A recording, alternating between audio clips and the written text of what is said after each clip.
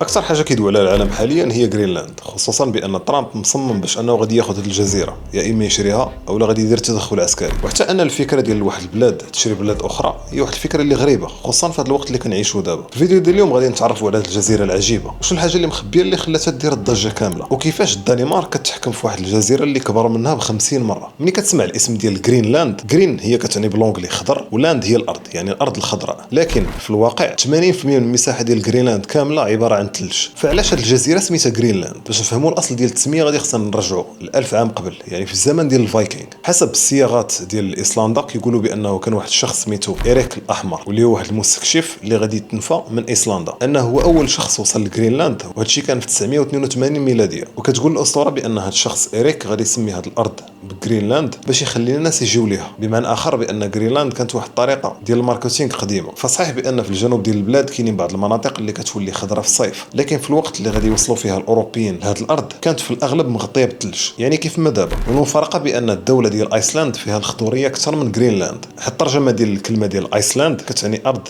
الجليد. دابا غادي نهضروا على شنو هي جرينلاند بالضبط. جرينلاند هي اكبر جزيره في العالم اللي ماشي قاره بوحدها. المساحه ديالها كتعدى 2.16 مليون كيلومتر كاري، يعني كندوي تقريبا على اكثر من 3 المرات المساحه ديال المغرب، وما عندها حتى شي حدود بريه مع اي بلد، لكن هي قريبه بزاف من كندا. من غير ان الدنمارك مؤخرا كانت اتفقت مع كندا باش يقسموا واحد الجزيره صغيره كانوا متنازعين عليها قبل. اقرب ارض اوروبيه لجرينلاند هي ايسلندا، اللي بعيده منها تقريبا ب 320 كيلومتر في الجهه ديال الجنوب الشرقي. فتخيل معايا بان الساحل ديال جرينلاند كيوصل حتى ل 39 الف كيلومتر، هذه كامله ساحل على البحر. على طول هاد السواحل كاين واحد العدد كبير ديال الجزر، لكن رغم هذه المساحه كامله فتقريبا كيف ما قلنا اكثر من 80% ديال جرينلاند مغطيه كامله بالجليد، واللي هي ثاني اكبر غطاء جليدي في العالم من بعد القطب الجنوبي. هادشي اللي مخلي بان الاغلبيه ديال الجزيره ماشي قابله للعيش، حيت ان اغلب ديال الناس اللي كيعيشوا فيها كيعيشوا في السواحل ديال البلاد، خصوصا في الجنوب الغربي يعني في الاتجاه ديال كندا. بل ما كاينش حتى طرق كتربط ما بين المدن اللي كاينه في البلاد. التنقل كيكون في الغالب يا اما بالسفن، بالطائرات، بالهليكوبتر، بالعربات ديال الثلج، ولا حتى بواحد الزلاجات تقليديه عندهم. بل ان في جرينلاند ما كاين حتى شي جوج ديال التجمعات سكنيه اللي مرتبطين ما بيناتهم. فكمعلومه طريفه، فتخيل معايا بان البلاد كامله فيها تقريبا غير 150 كيلومتر ديال الطرق، زائد بان جرينلاند كامله فيها غير جوج الاشارات ديال المرور، وهادو بجوجهم كاينين في العاصمه نوك. هادشي اللي كيبين بان شحال البلاد ما فيهاش البنيه التحتيه. يعني الحدود الحقيقيه ديال جرينلاند هما المحيطات اللي دارين بها، لكن سياسيا هي جزء من مملكه الدنمارك الاوروبيه. هذا الموقع الفريد ما بين امريكا الشماليه واوروبا وطالع حتى المنطقه القطبيه هو واحد من الاسباب اللي مخلي جرينلاند عندها اهميه استراتيجيه كبيره، وهذا الشيء اللي خلى ترامب يهتم بها. بما اننا دوينا على البلاد وعلى البنيه التحتيه وان صعيب تعيش فيها، السؤال دابا شكون هما الناس اللي عايشين تما؟ العدد ديال السكان في جرينلاند هو قليل، بحيث تقريبا هذه الجزيره كامله كيعيش فيها 56 الف نسمه، لكن الحاجه اللي كتميزهم هي الهويه الثقافيه ديالهم، بحيث ان الغالبيه الساحقه من العدد اللي قلنا يعني كندوي ما بين 88 حتى 90% هم من السكان الاصليين واللي كيتسموا الانيوات، وكيسميو راسهم حتى باللغه ديالهم بالكالاليت. وهادو هما الناس اللي عايشين في جرينلاند من قرون طويله، يعني قبل ما يوصلوا ليها الاوروبيين. من ناحيه ديال الشكل، بزاف ديال هاد الانيوات ديال جرينلاند كيشبهوا الشعوب ديال القطب الشمالي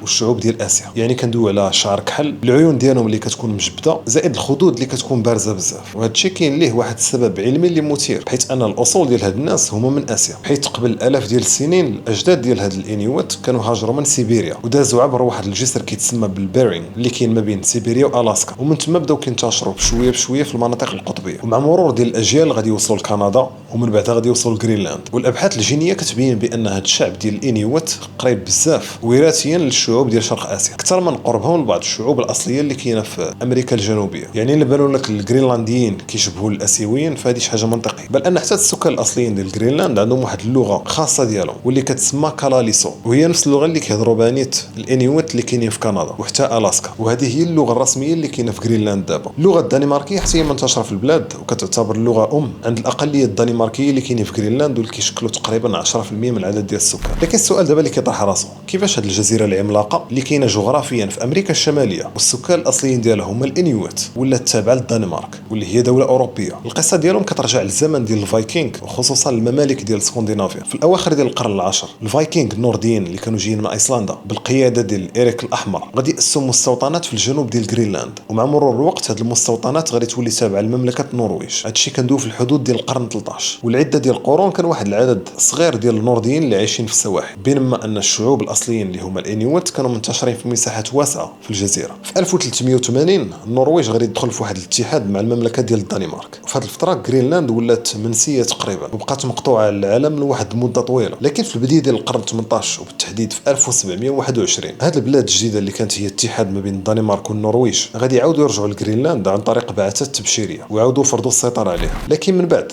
ملي غادي تجي الحروب النابليونيه واللي قلبات بزاف ديال الحوايج في اوروبا، غادي يجي واحد الحدث مفصلي في 1814 فين النرويج والدنمارك غادي ينفصلوا حسب واحد المعاهده ديال كيل، فين الدنمارك كانت مضطره باش انها تعطي النرويج للسويد. في هذا الوقت السويد دارت واحد الاتحاد مع النرويج، لكن الدنمارك غادي تحتفظ بالمستعمرات السابقه ديال النرويج واللي كانت خارج اوروبا. يعني هنا كندوي على غرينلاند، زيد عليها ايسلندا وحتى الجزر ديال الفارو. في 1933 النرويج غادي تحاول مره اخرى باش ترجع غرينلاند ودخلت احتلات واحد الجزء الشرقي من البلاد وسماته ارض ديال ايريك الاحمر. لكن هذا النزاع غادي يوصل لمحكمه دوليه والقرار غادي يجي في صالح ديال الدنمارك اللي تاكدت السياده الكامله ديالها على غرينلاند. من هذا الوقت غرينلاند غادي تولي دنماركيه بشكل رسمي وبقات مستعمره دنماركيه بلا حكم ذاتي حتى لمنتصف ديال القرن 20، بحيث ان في 1953 الدنمارك غادي تبدل الوضع القانوني ديالها ولات واحد الاقليم داخل المملكه ديال الدنمارك وعطاو للسكان ديالها الجنسيه الدنماركيه. في 1979 غادي تعطى صلاحيه الحكم الذاتي لغرينلاند ولا عندها برلمان ديالها وتدبير داخلي. هذا الوضع غادي تزاد يتقوى اكثر في 2009 مع قانون الحكم الذاتي الموسع اللي اعترف بالغرينلانديين كواحد الشعب متميز وحتى عطاهم الحق انهم يعلنوا على الاستقلال ديالهم الا بغاو عن طريق استفتاء شعبي. الدنمارك حاليا مازال مسؤوله على الدفاع والسياسه الخارجيه ديال غرينلاند، لكن الاغلب ديال الشؤون الاخرى كتكلف بها الحكومه ديال غرينلاند. في الحجم الضخم ديال هذه الجزيره والموقع الاستراتيجي ديالها خلاوها تشد الانتباه ديال الولايات المتحده الامريكيه اكثر من مره، بل ان اول محاوله ديال امريكا باش تشري غرينلاند كانت في 1867 من بعد ما امريكا شرات الاسكا من عند روسيا. في هذا الوقت المسؤولين الامريكيين كانوا كيهضروا بشكل غير رسمي على الشراء ديال غرينلاند وحتى ايسلندا من عند الدنمارك. دابا علاش الاهتمام كامل؟ بكل بساطه الموقع.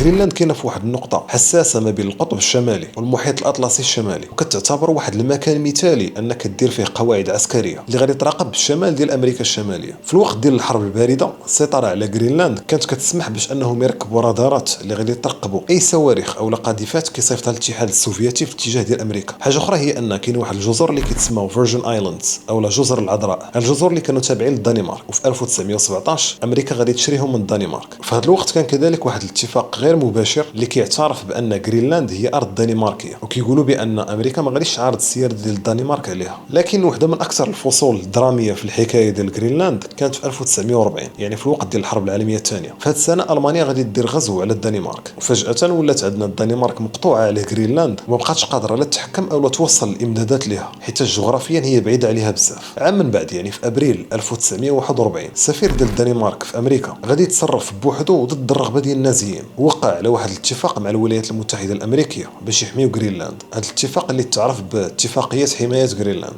عطى الحق لامريكا انها تبني قواعد عسكريه في غرينلاند على طول المده ديال الحرب بالهدف ديال الحمايه ديالها وكذلك الحمايه ديال القاره الامريكيه. يعني بشكل عملي في الوقت ديال الحرب العالميه الثانيه غرينلاند كانت تحت الحمايه الامريكيه. فملي سالت الحرب في 1945 وتحررت الدنمارك، الغرينلانديين كانوا ضاقوا واحد القدر من الاستقلال الواقعي، وحتى المنطقه عرفت واحد الازدهار اكثر، هادشي اللي كان بسبب التجاره مع امريكا. الدنمارك رجعت تولى السلطه على الجزيره لكن ماشي كيف ما قبل، زائد انه كانت مفاوضات مع امريكا من بعد الحرب العالميه الثانيه، وفين في 1951 غادي يوقعوا على واحد الاتفاقيه اللي غادي تخلي الوجود العسكري الدائم ديال امريكا في غرينلاند، لكن بالموافقه ديال الدنمارك بطبيعه الحال. وهذا الاتفاق راه باقي ساري المفعول ديالو حتى اليوم، حيت ان امريكا مازال محتفظه بالقواعد العسكريه ديالها في غرينلاند، ولكن كتعترف بشكل صريح بالسياده ديال الدنمارك. دابا غادي يجي بالك السؤال المهم، من بعد ما هادشي كامل اللي قلنا على غرينلاند، كيفاش الناس عايشين في هذه الجزيره؟ يعني الاقتصاد ديالهم على ايش داير؟ تاريخيا الشعب ديال الانيوات اللي قلنا هما السكان الاصليين ديال البلاد كيعتمدوا على الصيد البري والبحري في المعيشه ديالهم، وحاليا مازال الصيد البحري هو العمود الفقري ديال الاقتصاد ديال غرينلاند، حيت ان دوك البحار اللي دايرين في غرينلاند عامرين بزاف بالاسماك اللي كيشكلوا الاغلبيه ديال الصادرات وحتى كيخلقوا فرص ديال الشغل. وغالبا غادي تسمع بان اكثر حاجه كتصدر غرينلاند هو الكروفات، حيت كاين بزاف في هذه المنطقه. من غير الصيد كاين كذلك السياحه اللي ولات مؤخرا واحد القطاع اللي كيكبر شويه بشويه، حيت بزاف ديال الناس كيبغيو يجيو يشوفوا المناظر الخلابه اللي كاينه في غرينلاند، خصوصا الانهار الجليديه، الجبال ديال الجليد، الحيوانات البريه والثقافه ديال الانيوات. فمن التسعينات العدد ديال الزوار اللي كيجيو لغرينلاند كان كيتزاد بواحد الشكل منتظم، هادشي اللي خلق مداخل وفرص ديال الشغل كبير. لكن التحدي اللي عند البلاد هو ان الفصل ديال الصيف قصير بزاف، هو اللي كتنتعش فيه السياحه اكثر. لكن الحاجه اللي خصنا نعرفوا هي هي ان الاقتصاد ديال جرينلاند ماشي واحد الاقتصاد قائم بالذات ديالو، حيت انا الدنمارك كتعطي كل عام واحد الدعم لجرينلاند كيتقدر ب 600 مليون دولار، وهذا اللي كيشكل واحد الجزء كبير من الميزانيه ديال جرينلاند. يعني بلا هاد الدعم الجزيره غادي تلقى واحد المشكل كبير في التمويل ديال الخدمات العموميه، حيت هي اللي كتعاون السكان باش انهم يحافظوا على المستوى ديال العيش ديالهم. وغالبا كتكون النقطه ديال النقاش في الموضوع ديال الاستقلال، حيت الا بغات جرينلاند تستقل غادي خصها تقلب على بديل لهاد الفلوس اللي كتجيها من الدنمارك. من جهه اخرى الجرينلانديين كيعتمدوا بزاف على السلع المستورده، انا كندوي على وقود، الاكل، الالات وبزاف ديال الحوايج اللي كيجيو من الدنمارك. كاين واحد الفلاحه صغيره في الجنوب ديال البلاد ولكن ما كتكفيش العدد ديال السكان ديال الجزيره. لكن السؤال اللي كيطرح راسو دابا هو علاش بزاف ديال الدول وعلى راسهم الصين وامريكا مهتمين بهذه الجزيره اللي كامله ثلج وفيها تقريبا غير 56 الف نسمه؟ الجواب باختصار هو الجيوسياسه. جرينلاند كاينه في المفترق ديال الطرق ما بين القطب الشمالي والمحيط الاطلسي، ومع ارتفاع ديال الحراره اللي كيعرفها العالم دابا كيبدا الذوبان ديال الجليد، وبدات طرق وموارد كانت مسدوده قبل كتبان دابا. يعني جرينلاند ما بقاتش كيف ما قبل واحد المنطقه اللي بعيده ولا منسيه. زائد ان هذه الارض الكبيره ديال جرينلاند حيت كيف ما قلنا قبل اكثر من 2 مليون كيلومتر مربع، كاين احتمال كبير انها غادي تكون مخبيه ثروات كبيره. هنا كندوي على النفط،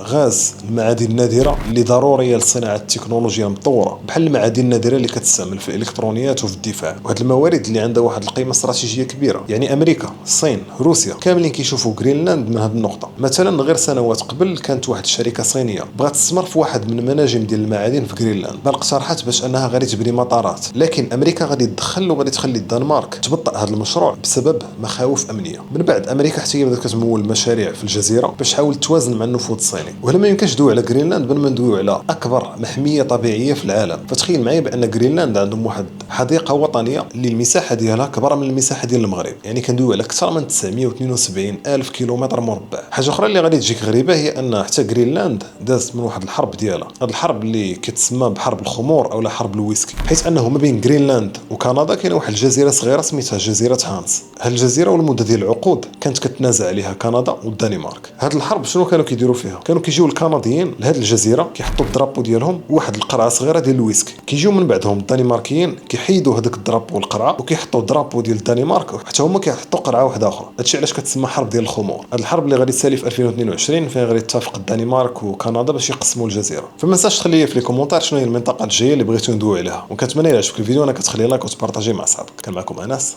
نشوفكم في فيديو جاي.